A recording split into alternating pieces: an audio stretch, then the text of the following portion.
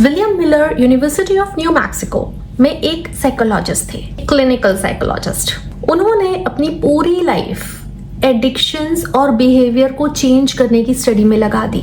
उन्होंने एक framework develop किया जिसका नाम था मोटिवेशनल इंटरव्यूइंग, जो लोगों का बिहेवियर चेंज करने की सबसे इफेक्टिव टेक्निक में से एक माना जाता है। लेकिन मिलर बार बार एक चीज ऑब्जर्व कर रहे थे जो उनके किसी भी मॉडल में फिट नहीं हो रही थी और वो उनको थोड़ी बॉदर कर रही थी कि ऐसे लोग जो सालों तक एडिक्शंस में डूबे हुए थे, ड्रग एडिक्ट थे, स्ट्रॉन्गली अल्कोहलिक थे या डीप डिप्रेशन में डूबे हुए थे, अचानक से एक दिन बिना किसी अनाउंसमेंट के अचानक से ओवरनाइट सडनली कंप्लीटली ट्रांसफॉर्म हो जाते हैं। कंप्लीटली एक दिन में अपनी वो आदत छोड़ देते हैं और फिर उस रास्ते पर कभी नहीं जाते। मतलब वो एक दिन में डिप्रेशन से सडनली बाहर आ जाते हैं। एक अल्कोहलिक बंदा एक दिन में उस एडिक्शन से बाहर निकल जाता है। और मिलर को ये बात समझ नहीं आ रही थी कि ये कैसे हो जाता है, किसी थेरेपी के थ्रू नहीं, एक मोमेंट, बस एक मोमेंट। अब मिलर ने उन स्टोरीज को कलेक्ट करना स्टार्ट करा। उन्होंने न्यूज़पेपर में आर्टिकल भी दिया, नोटिस भी दिया कि ऐसे लोग जिन्होंने कभी सडन पर्सनल ट्रांसफॉर्मेशन को एक्सपीरियंस किया है, सडन पर्सनल ट्रांसफॉर्मेशन, ऐसे लोग उनको से कांटेक्ट करें और अपनी स्टोरीज शेयर कर सकते हैं। रिस्पॉन्स इतनी बड़ी मात्रा में आया कि मिलर शॉक्ड रह गए और उसमें उन्होंने 2 तरह के क्वांटम चेंजेस आइडेंटिफाई किए। पहला था इंसाइटफुल, मतलब एक सडन रियलाइजेशन, एक सडन रियलाइजेशन कि जो आप पहले से जानते तो हो, आपको वो इंफॉर्मेशन तो है, लेकिन आपने अंदर उस चीज को कभी रियलाइज नहीं करा है। वो रियलाइज हो जाना, मतलब एकदम से वो क्लैरिटी आ जाना, जैसे कोई बटन ऑन हो गया है अंदर कि अगर अभी भी तुम नहीं बदले, जैसे जी रहे हो वैसे ही जीते चले जा रहे हो, जितना टाइम वेस्ट कर रहे हो उतना ही किए जा रहे हो, पढ़ाई नहीं कर रहे हो तो नहीं कर रहे हो और एक्शन नहीं ले रहे हो तो नहीं ले रहे हो, जैसे तुम जी रहे हो अगर वैसे ही तुम जीते रहे तो तुम्हारी लाइफ आगे किस दिशा में जाने वाली है, इसकी एकदम से क्लैरिटी आ जाना। तो जो 2 क्वांटम चेंजेस थे उनमें दूसरा था मिस्टिकल टाइप। मिस्टिकल टाइप वो एक्सपीरियंस था जो लोग वर्ड्स में एक्सप्लेन भी नहीं कर पा रहे थे, लॉजिकली वो उसे समझा ही नहीं पा रहे थे। किसी प्रेजेंस का बहुत स्ट्रॉन्ग सेंसेशन, एक ऐसी सर्टेनिटी और सेफ्टी की फीलिंग कि बिना उस चीज के भी आपकी लाइफ बढ़िया है, आप सेफ हो, आपको उस चीज की जरूरत ही नहीं है। अब एक सडन प्रेजेंस जो आपको अचानक से डिटैच कर दे। इन दोनों ही एक्सपीरियंसेस में कुछ कॉमन चीजें थी, जैसे पहला उस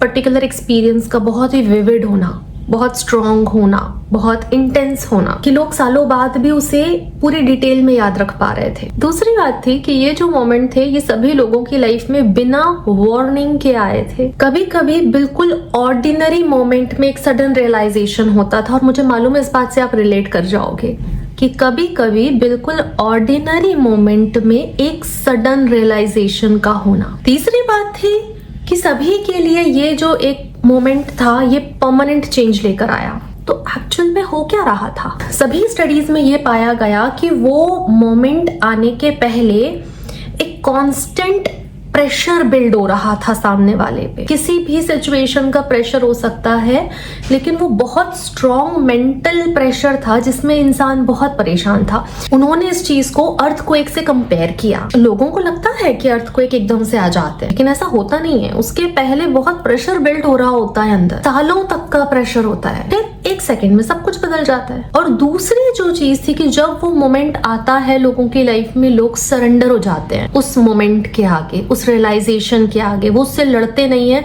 उसको एक्सेप्ट कर लेते हैं। कोई चॉइस नहीं होती है, बस एक टोटल सरेंडर का मोमेंट होता है, गिविंग अप नहीं, लेटिंग गो। और ये मोमेंट, ये जो चेंज होता है, ये इतना स्ट्रॉन्ग शिफ्ट होता है कि इसके बाद वो खुद अपनी पुरानी आइडेंटिटी में जा भी नहीं पाते, चाह कर भी नहीं जा पाते।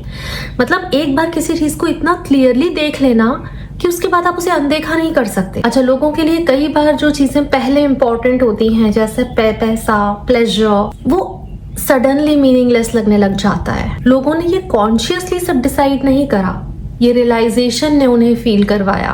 और इसीलिए जब भी विल पावर बेस्ड चेंज होते हैं, विल पावर बेस्ड चेंज मतलब कोई अल्कोहलिक है, अब मैं और ड्रिंक नहीं करूंगा, तो उसके विल पावर, अगर उसके दोस्तों ने फोर्स करा, कोई ओकेशन आया, तो हो सकता है उसकी विल पावर लूज कर दे, वो वहां फेल हो जाए, और इसलिए विल पावर बेस्ड चेंजेस जो होते हैं वो फेल हो जाते हैं। अब सवाल ये है कि ऐसा सडन ट्रांसफॉर्मेशन क्या आप खुद चेंज कर सकते हो? यस। और अगर हाँ तो कैसे? वैसे तो ये जो पूरी स्टडी हुई थी ये बहुत लेंदी थी, मैं आपको उसको शॉर्ट करके बताती हूँ। वैसे आपने सब कुछ अगर ट्राई कर लिया है और आप अपनी पर्सनालिटी में कोई चेंज नहीं कर पा रहे हैं, आप अपनी रियलिटी में कोई चेंज नहीं कर पा रहे हैं, या आप क्लूलेस हैं, डायरेक्शनलेस हैं, आपको पता ही नहीं है कि करना क्या है, तो आप मुझसे जुड़ सकते हैं, पर्सनली जुड़ सकते हैं। नॉर्मली जो पूरा सेल्फ हेल्प फॉर्मूला है वो आपको मोटिवेट करता है, वो आपको दिखाता है कि आपको अपने बेस्ट सेल्फ को विजुअलाइज करना है, उसी से रिलेटेड आपको अफर्मेशंस करने हैं या बिहेवियर को इंस्टॉल करना है अपने अंदर, राइट? लेकिन ये जो स्टडी हुई थी इसमें जो फॉर्मूला निकाला गया था वो ये था कि आप एंटी विजन क्रिएट करो। एंटी विजन क्रिएट करने का मतलब है कि आपके जो नॉट सो गुड बिहेवियर है, जो सेल्फ सैबोटाजिंग बिहेवियर है, जो खुद आपकी तबाही का एक बहुत स्ट्रॉन्ग कारण है, आप उस बिहेवियर को आइडेंटिफाई करो और उसके बाद एंटी विजन क्रिएट करो। मतलब कि अगर ये बिहेवियर इसी तरह से कंटिन्यू रहा तो ये आगे मुझे कहाँ लेके जा रहा है, जब मैं इस बिहेवियर में होता हूँ मैं क्या क्या छोड़ देता हूँ, क्या क्या गलत करता हूँ, और ये बिहेवियर मुझे सक्सेस के रास्ते पे लेके जा रहा है या सक्सेस से दूर लेके जा रहा है, ये मेरे डिजायर्ड रियलिटी का हिस्सा है भी क्या? तो जब आप अपनी इस आदत से रिलेटेड एक नेगेटिव एसोसिएशन बिल्ड करोगे, आदत अपने आप छूट जाएगी। तो अगर इसका एक फ्रेमवर्क आपको चाहिए, सबसे पहले अपना अनवांटेड बिहेवियर लिखो। नंबर 2, देखो तुम्हें कहाँ लेके जा रहा है। नंबर 3, अपने पॉजिटिव बिहेवियर को इम्प्रूव करने के लिए कुछ टाइम के लिए कोई कोच ढूंढो जो आपको एक क्लीन स्ट्रक्चर दे कि एग्जैक्टली क्या करना होता है। और बस यहाँ से आपका ट्रांसफॉर्मेशन की शुरुआत होगी। और ये जो ट्रांसफॉर्मेशन होता है ना, ये कभी भी द एंड नहीं होता, ये बिगिनिंग होता है, beginning of becoming a new person, a new identity. और फिर उस न्यू आइडेंटिटी के थ्रू अपनी चीजों को आपको हैंडल करना होता है, मैनेज करना होता है। आई नो आज का ये जो एपिसोड था ये थोड़ा सा हैवी हो सकता है कुछ लोगों के लिए, लेकिन ये बहुत डीप था। इसमें कोई टेक्निक नहीं थी, क्योंकि टेक्निक तो आप कर ही रहे हो लेकिन मैनिफेस्ट कर नहीं पा रहे हो, तो उसके लिए आपको थोड़े से डीप फ्रेमवर्क की जरूरत है। तो चलो रियल वर्ल्ड में अपनी चॉइसेस चेंज करने के लिए तैयार हो जाओ, लेकिन अपना बहुत सारा ध्यान रखते हुए। जब इतना इंटेंस काम आप करते हो ना तो बहुत ब्रेनस्टॉर्मिंग होती है। अपना ध्यान रखना, खुद के साथ पेशेंस रखना, काइंडली इस चीज को करना। मैं आपसे जल्दी ही मिलती हूँ। थैंक यू, नमस्ते।